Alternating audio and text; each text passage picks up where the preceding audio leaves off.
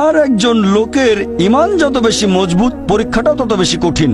তাকওয়া যত বেশি থাকে, আল্লাহ তত কঠিন পরীক্ষা দেবেন। আপনি কোথাও এমবিবিএস নিয়ে পড়াশোনা করছেন, কারণ বেশি নম্বর পেয়েছিলেন এইচএসসিতে, সেজন্য এখানেও পরীক্ষা কঠিন। এমবিবিএস পাশ করাটাও বেশ কঠিন। তাহলে এখানেও নবী রাসূলগণের তাকওয়ার সাথে সাধারণ মানুষের তাকওয়ার কোনো তুলনায় হয় না। যেহেতু তারা ছিলেন নবী এবং রাসূল, তাই তাদেরকেও পরীক্ষা করা হয়েছে। কোন নবী রাসূলকে এই পরীক্ষা না নিয়ে ছেড়ে দেওয়া হয়নি। তাদের তাকওয়া লেভেল অনেক উপরে। নবী রাসূলকে অনেক বেশিবার পরীক্ষা করা হয়েছে সাধারণ মানুষের চেয়ে। আপনার মাঝে অনেক বেশি, অনেক কঠিন। তাহলে আপনার তাকওয়া যদি বেশি হয়, আল্লাহ আপনাকে পরীক্ষা করবেন। সত্যিকারের মুমিন কোন বিপর্যয়ের মধ্যে পড়লে বলে, সুবহানাল্লাহ, সকল প্রশংসা আল্লাহর, আলহামদুলিল্লাহ। সে ধরে নেয় এটা একটা পরীক্ষা। কোনো বিপর্যয় আসলে সেটা হয় একটা পরীক্ষা অথবা একটা শাস্তি। নবীগণের তাকওয়া অনেক বেশি, তাদের জন্য এটা শাস্তি না, এটা পরীক্ষা। আর তারা পাশ করেছেন। যদি কারো জীবনে কোনো ভালো কিছু ঘটে, সেটা হয় একটা পুরস্কার অথবা পরীক্ষা। সম্পদ হতে পারে পুরস্কার অথবা একটা পরীক্ষা। ভালো কোনো কিছু ঘটলে সেটা হয় পুরস্কার, নয়তো একটা পরীক্ষা। অনেকে আল্লাহর পথ থেকে দূরে সরে যায়, তারপরে বলে আমাকে সম্পদ দাও, আল্লাহর সম্পদ দেন। তারপরে তারা পরীক্ষায় ফেল করে। তাহলে এই পৃথিবীতে তারা তাদের ইচ্ছে মতো আরামায়েশ করে, কিন্তু আখিরাতে শুধু ক্ষতিগ্রস্ত হয়। দান একটা পরীক্ষা, সন্তুষ্ট হওয়া পরীক্ষা, সন্তান সন্ততিও পরীক্ষা।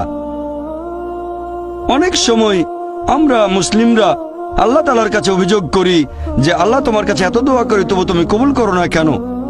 আল্লাহ পবিত্র কোরআনে বলেছেন, তোমরা আমাকে ডাকো, আমি তোমাদের ডাকে সাড়া দেব। তবে আমার আপনার ডাকে আল্লাহ সবসময় সাড়া দেন না। পরস্পর বিরোধী মনে হচ্ছে। আল্লাহ বলেছেন আমাকে ডাকো, আমি সাড়া দেব। তবে অনেক সময় দোয়া করছি কিন্তু কবুল হচ্ছে না। আল্লাহ পবিত্র কোরআনে বলেছেন সূরা বাকারা অধ্যায় নম্বর 2 আয়াত 216, তোমরা যা পছন্দ করো সেটা হয়তো তোমাদের জন্য ভালো না, আর যেটা পছন্দ করো না সেটা হয়তো ভালো। তোমরা এটা জানো না, তবে আল্লাহ জানেন। উদাহরণস্বরূপ, ধরেন একজন তরুণ ছেলে, বয়স হয়তো 20 বছর, সে দোয়া করছে, হে আল্লাহ সুবহানাহু ওয়া তাআলা, একটা বিএমডব্লিউ দিয়ে দাও। জানেন না বিএমডব্লিউ নাম শুনেছেন কিনা? BMW motorcycle. আমি চাই একটা বিএমডব্লিউ মোটরসাইকেল, খুব ভালো মোটরসাইকেল। ছেলেটা দোয়া করলো, আল্লাহ সাড়া দিলেন না। হয়তো আল্লাহ জানেন যে আল্লাহ যদি তাকে মোটরসাইকেল দিতেন, সে অ্যাক্সিডেন্ট করত, পা ভেঙে ফ্র্যাকচার হতো, পঙ্গু হয়ে পড়ে থাকতো। তাহলে এখানে আল্লাহ সুবহানাহু ওয়া তাআলা তার ডাকে সাড়া দিয়েছেন সাড়া না দেওয়ার মাধ্যমে। আল্লাহ তার ডাকে সাড়া দিয়েছেন সাড়া না দেওয়ার মাধ্যমে। আল্লাহ তাকে মোটরসাইকেল দেননি কারণ সে ভালো বান্দা, সে খুব ভালো মানুষ, সে যা যাচ্ছে তা ভালো হবে না আমি জানি, কিন্তু সে জানে না, তাই আল্লাহ দিচ্ছেন না। এভাবে আল্লাহ সাড়া দিচ্ছেন সাড়া না দেওয়ার মাধ্যমে। আবার কিছু লোকজন আছে, যেমন আল্লাহ বলেছেন পবিত্র কোরআনে সূরা বাকারা অধ্যায় নম্বর 2 আয়াত 15-16, এখানে ভণ্ডদের কথা বলা হচ্ছে। আল্লাহ তাদের রশি দেবেন, তারা বিভ্রান্তের মতো ঘুরে বেড়াবে। তারা সম্পদ চেয়েছে, আল্লাহ দিয়েছেন। অনেকে আছে যারা আল্লাহর সাথে অন্য কাউকে শরীক করে। তারা বলে অনেক সম্পদ চাই, আল্লাহ তাদের সম্পদ দেন। এটা তাদের জন্য আসলে একটা পরীক্ষা। এভাবে তারা নিজেদের কবর খুঁড়ছে। তাই আমরা কখনোই হতাশ হব না। আল্লাহ তাআলা আছেন সব সময়, আল্লাহর উপর সবসময় ভরসা রাখবেন। সেই কারণেই পবিত্র কোরআন অনুযায়ী আত্মহত্যা হারাম। সূরা নিসা অধ্যায় 4, তোমরা নিজেকে হত্যা করো না, আত্মহত্যা করো না, নিশ্চয়ই আল্লাহ পরম দয়ালু, সাহায্য করবেন, তার উপর ভরসা করবেন। যখন কোনো লোক আত্মহত্যা করে তখন মনে হবে সে অকৃতজ্ঞ। সে ভাবছে আল্লাহ আমাকে অনেক বিপদে ফেলেছে, এটা কোনো সুবিচার না, এভাবে বেঁচে থাকার কোনো মানে হয় না, তাই শেষ করে দেবো। আল্লাহ পবিত্র কোরআনে বলেছেন সূরা বাকারা অধ্যায় নম্বর 2 আয়াত 286, এটা সূরা বাকারার একেবারে শেষ আয়াত, যে আল্লাহ সুবহানাহু ওয়া তাআলা কারো উপরেই তার সাধ্যের অতিরিক্ত বোঝা চাপিয়ে দেন না।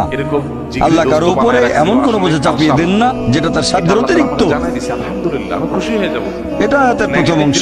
এই আয়াতটাতে আরো বলা হয়েছে আমরা এই দোয়া করব, ইয়া আল্লাহ সুবহানাহু ওয়া তাআলা আমাদের উপর সাধ্যের অতিরিক্ত বোঝা চাপিয়ে দিও না। আয়াতের প্রথম অংশে আল্লাহ কথা দিয়েছেন যে আমাদের উপর তিনি সাধ্যের অতিরিক্ত বোঝা চাপাবেন না। তাহলে আমরা কেন দোয়া করব যে হে আল্লাহ আমাদের সাধ্যের অতিরিক্ত বোঝা চাপিয়ে দিও না? এর কারণ হচ্ছে আমরা নিজেদের কবর খুঁড়ি, আমরা নিজেদের উপর সাধ্যের অতিরিক্ত বোঝা চাপিয়ে দিই, সমস্যা বাধা আমরাই বলছি অনেক সম্পদ দাও, আল্লাহ দিচ্ছেন। তাই আমরা আল্লাহর কাছে দোয়া করছি আল্লাহ যেন নিজেদের কারণে নিজেদের উপর সাধ্যের অতিরিক্ত বোঝা না চাপিয়ে দেন। আমরা সবসময় আল্লাহ তাআলার উপর ভরসা করব, একমাত্র তার ইবাদত করব। তিনি আমাদের স্রষ্টা, আমাদের অস্তিত্বের পেছনের উদ্দেশ্য হচ্ছে আল্লাহ সুবহানাহু ওয়া তাআলার ইবাদত করা, অন্য কারো নয়।